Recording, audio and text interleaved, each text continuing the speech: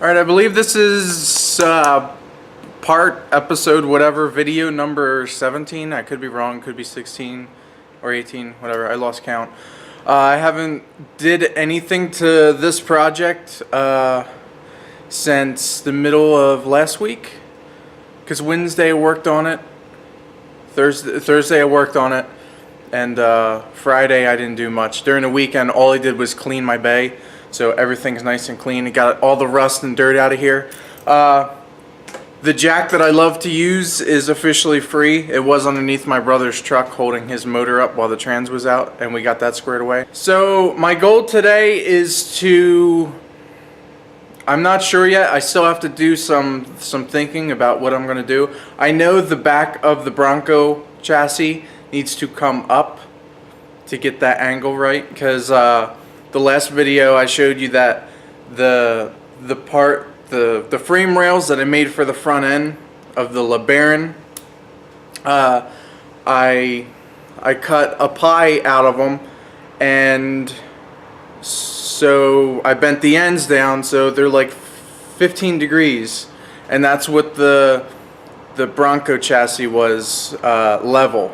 So to make up for the difference because of this, how high this front end is, I need to bring the chassis up. So I brought the front up, but what I need to do now is I need to bring the rear of the chassis up. So what I'll do, slide this jack underneath the rear, jack it up, and hopefully one of the tiers of the big jack stands is where I need everything to be.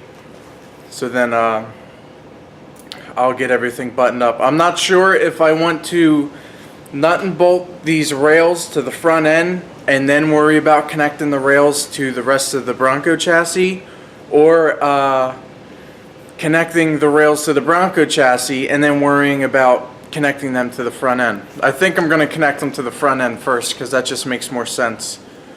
So let me start on this.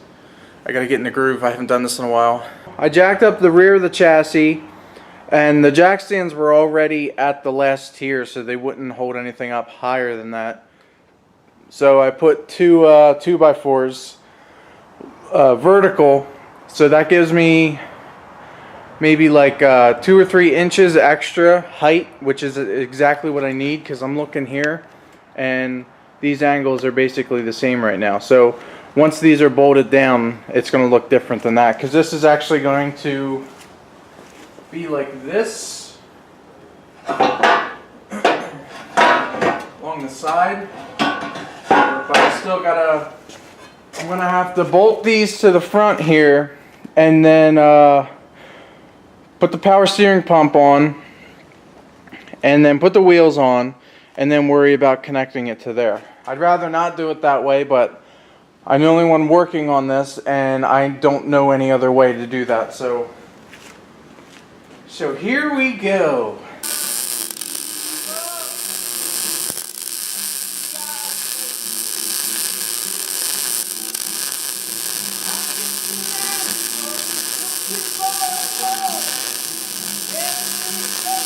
So let's see, I came out here at 8, and it is 1:22. So yeah, been out here for quite a while. But I made some headway on my front pieces. All the angles that I made, all the seams are welded up. I basically did like a bunch of spot welds first in between the metal, grind it all down. Then I did two bigger welds on the side and then grind it down, so it should be strong enough. If not, I guess I'll find out. But I do want to put pieces here. Probably make like almost like a bat wing or something going like that, just to make sure. I mean, you can never be too safe there. And in here I welded in 2 pieces just to hold that the outside pieces together. And then I drilled my holes for my bolts. Here's one of the bolts. Drilled the holes so my bolts go in there, but the bolts actually come up from the bottom. The nuts go in there, and when I figure out where everything needs to be, I will eventually just weld the nut in there. That way The only thing I have to remove is the bolt when taking off the front end. So yeah, right now I'm gonna put these where they need to be. I had pushed this front end forward from the rest of the chassis because I need the room. Once I get them bolted down, I'll see what I need to do with the front end, and then I'll worry about the back. But I do need to make sure that the measurements are going to fit on the outside of these pieces here. And I'm not really worried about them. So what I figured I'd do is I'll weld, I'll put 2 bolts in there, and then weld on the top and the bottom, and the front too.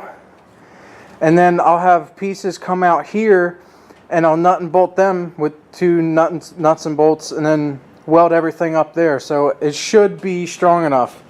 Plus, I do need to make the cross member for the motor, because the motor's going to sit right about here. So what I'll do is I'll try to like branch it off to the existing chassis. That way all that weight isn't on those connections that I make. So I guess I will put these where they need to be, throw the bolts in there, and see how they fit bolted up. Alright, there we go.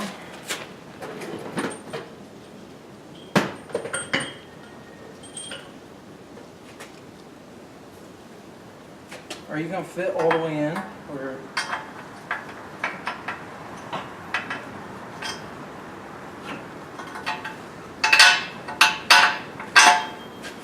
Are you all the way through? Yes, you are. Alright, so I just got done test fitting the one rail on the passenger side. And what I found out is that the bushing for underneath the rail, but on top of the front end, is like that, but there on the front end it like bubbles out along the side. And since I got a wider rail, or a piece of metal that's going to be the rail, wider than the stock, that indentation from the side of that underneath the control arm is hitting. So what I think I'm going to do is I have like I think it's a 1/8 inch plate. I'm going to box it in because it's beat out anyway. I mean, look how rusted it is. See if I can zoom in and inverted. Right there. It's already rusted out, but what I'm going to do is I'm going to put a plate right in there with a hole for the bolt to go through. So it's actually going to bring it up, and hopefully I can clear this. This is what's fucking it up right now. It kind of bevels out, so it hits all that when I go to bolt it. So I'll just that's what I'll do. I'll just weld a plate right there and try to bring it up some, and hopefully it'll clear all that nonsense there. And then maybe I'll go with a thinner bushing on the front, so the front end's not like that, basically. Okie dokie. Alright, so the problem that I had before was by the time the rail that I made sits on the bushing that goes between the front end and the frame rail, by the time that it touched that, it was already hitting here. But it was only hitting a little bit, so I didn't really want to cut a hole in the rail that I'm making.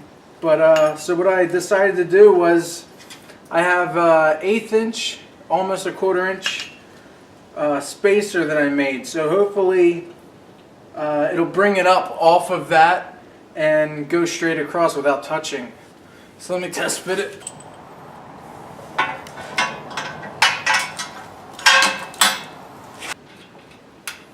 Alright, that's on there. Okay, there's my spacer.